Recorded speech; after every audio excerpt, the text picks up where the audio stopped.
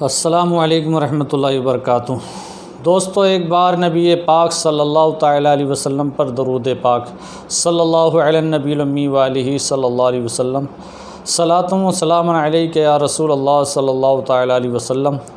دوستو، آج جو ویڈیو میں پیش کرنے والا ہوں یہ بہت زیادہ خوبصورت اور شاندار ویڈیو ہوگی اور یہ آپ کے علم میں اضافہ پیدا کرنے والی ہوگی۔ آج میں ایک دو آیت قرآن عظیم و فرقان حمید میں سے لے کر اس کا ترجمہ و تفسیر بیان کرنے کی کوشش کروں گا۔ اعوذ باللہ من الشیطان الرجیم، بسم اللہ الرحمن الرحیم۔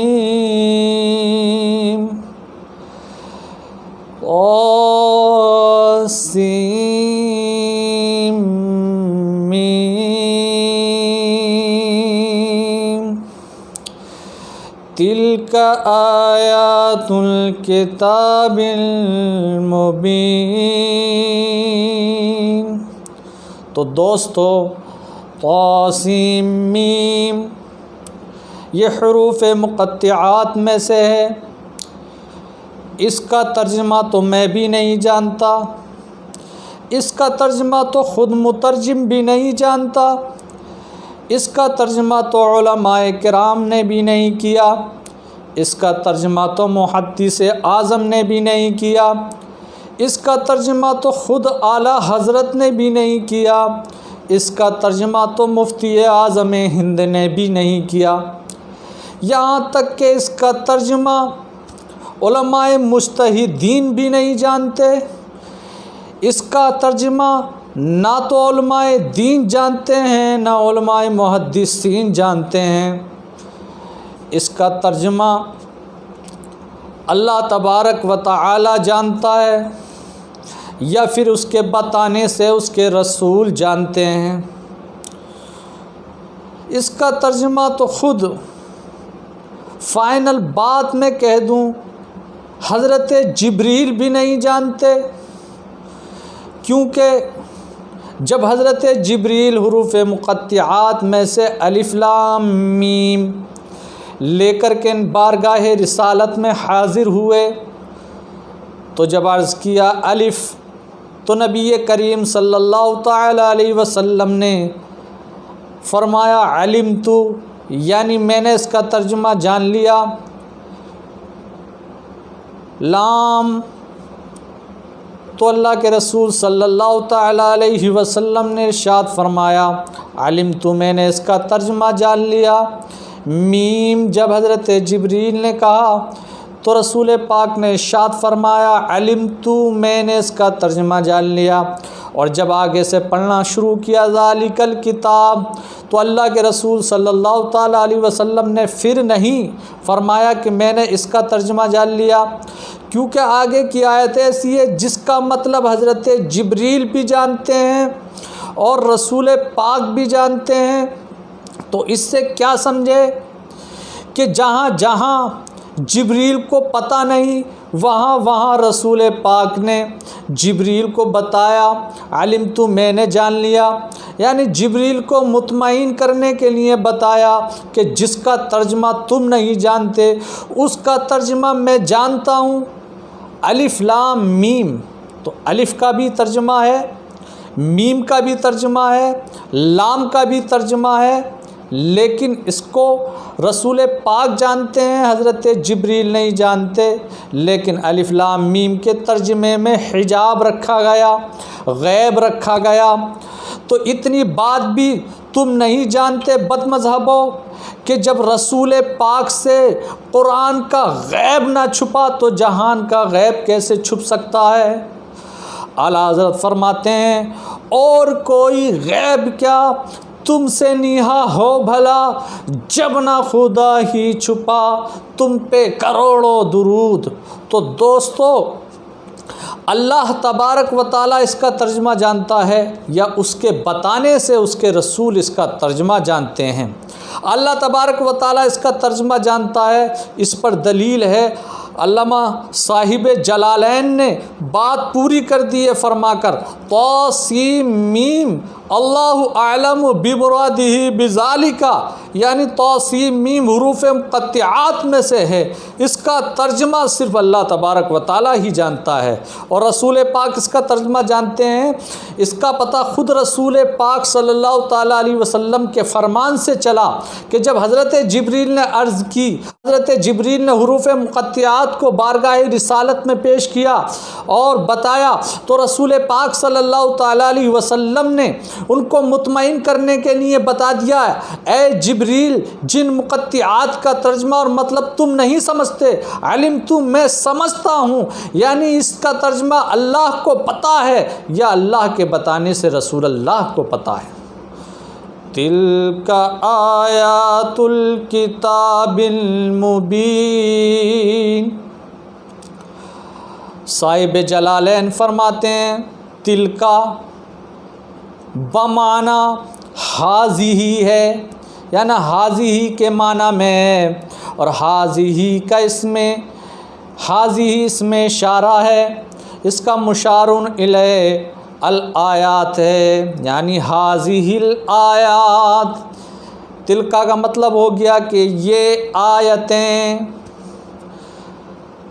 آیات الکتاب المبین، یہ آیتیں واضح کرنے والی کتاب کی آیتیں ہیں۔ دیکھیے اب یہاں کوئی یہ اعتراض کر سکتا ہے، دیکھیے کہ آیات کی اضافت الکتاب المبین کی طرف ہے، تو مضاف اور مضاف الیہ میں غیریت ہوتی ہے، یعنی جس چیز کی اضافت کی جائے اس کو مضاف کہتے ہیں، تو آیات کی اضافت کتاب مبین کی طرف کی گئی تو آیات مضاف ہوا، اور جس چیز کی طرف اضافت کی جائے وہ مضاف الیہ ہوتا ہے، تو الکتاب المبین کی طرف آیات کی اضافت کی گئی تو الکتاب المبین مضاف الیہ ہوا، کیونکہ مضاف الیہ وہ ہوتا ہے جس چیز کی طرف اضافت کی جائے، اور مضاف وہ ہوتا ہے جس چیز کی اضافت کی جائے، تو آیات کی اضافت کی گئی یہ مضاف ہوا، اور الکتاب المبین اس کی طرف اضافت کی گئی یہ مضاف الیہ ہوا۔ تو معترض اعتراض کرنے والا یہ کہہ سکتا ہے کہ مضاف الیہ میں غیریت ہوتی ہے، اس کو یوں سمجھیں جیسے غلام زید، زید کا غلام، اضافت غلام کی گئی تو غلام مضاف ہوا، اور زیدن کی طرف کی گئی تو یہ مضاف الیہ ہوا۔ تو اب دیکھ لو اس کے اندر کہ غلام اور ہے، زید اور ہے، یعنی غلام اور چیز ہے، زید اور چیز ہے، یعنی دونوں کے اندر غیریت ہیں۔ اسی طریقے سے قرآن کی آیات، کتاب مبین کی آیات، تو آیات اور ہیں، کتاب مبین اور ہے، اور جب کہ بات یہ ہے کہ جو آیات ہیں وہی کتاب مبین ہے، اور جو کتاب ہے وہ آیات ہیں۔ مطلب یہ آیاتیں قرآن پاک سے خارج نہیں ہیں بلکہ قرآن ہی کی ہیں۔ معترض کہتا ہے اس طریقے سے یہ لازم آتا ہے کہ مضاف الیہ میں غیریت ہوتی ہے، کتاب مبین اور آیات اور۔ تو دیکھیے حضرات محترم، اس کا جواب یہ ہے کہ اضافت کئی طریقے کی ہوتی ہے، جیسے کہ ایک اضافت یہی ہے، اور دوسری اضافت یہ ہوتی ہے جیسے کوئی کہے چاندی کی انگوٹھی، تو اس میں بھی اضافت ہے، یعنی چاندی کی انگوٹھی، انگوٹھی کی اضافت چاندی کی طرف کی گئی، انگوٹھی مضاف اور چاندی مضاف الیہ۔ تو اب دیکھ لو ان مضاف الیہ میں غیریت نہیں ہے، کیونکہ جو انگوٹھی ہے وہ چاندی ہے اور جو چاندی ہے وہ انگوٹھی ہے۔ تو اس اعتراض کا جواب یہی ہے کہ یہ اضافت یہی والی ہے، جس طریقے سے اضافت چاندی کی انگوٹھی میں ہے وہی اضافت آیات الکتاب المبین میں ہے۔ علامہ صاحب جلالین نے جواب دے دیا کہ الاضافت بمعنی من، کہ یہاں اضافت من والی ہے، یعنی جو اضافت چاندی کی انگوٹھی میں کی گئی ہے، خاتم و فضتن میں کی گئی ہے، جس سے یہ لازم آتا ہے جو انگوٹھی ہے وہی چاندی ہے، جو چاندی ہے وہی انگوٹھی ہے۔ تو اے معترض سن لے، آیات الکتاب المبین کا مطلب یہ نہیں ہے کہ آیتیں قرآن سے خارج ہے، یعنی آیات اور ہیں، کتاب مبین اور ہیں، بلکہ اس کا یہ مطلب ہے کہ یہ آیتیں قرآن ہی کی آیتیں، قرآن سے علیحدہ نہیں ہیں۔ تلک آیات الکتاب المبین، تو پتہ چل گیا کہ یہ آیتیں کتاب مبین کی آیتیں ہیں، یعنی اسی کی آیتیں ہیں، اس سے خارج نہیں ہیں۔ اب سوال یہ پیدا ہوتا ہے کہ کتاب سے مراد کیا ہے؟ تو علامہ صاحب جلالین نے فرمایا الکتاب القرآن، یعنی کتاب سے مراد قرآن ہے۔ مطلب یہ ہو گیا کہ یہ آیتیں واضح کرنے والے قرآن کی آیتیں ہیں۔ تلک آیات الکتاب المبین، المبین کا مطلب کیا ہے؟ صاحب جلالین فرماتے ہیں المظہر الحق من الباطل، یعنی جو حق کو باطل سے جدا کر دے، یعنی جدا کرنے والا قرآن۔ یعنی یہ آیتیں حق کو باطل سے جدا کرنے والے قرآن کی آیتیں ہیں، اور بات بالکل حق ہی ہے کہ قرآن کی آیتیں حق کو باطل سے جدا کر دیتی ہیں۔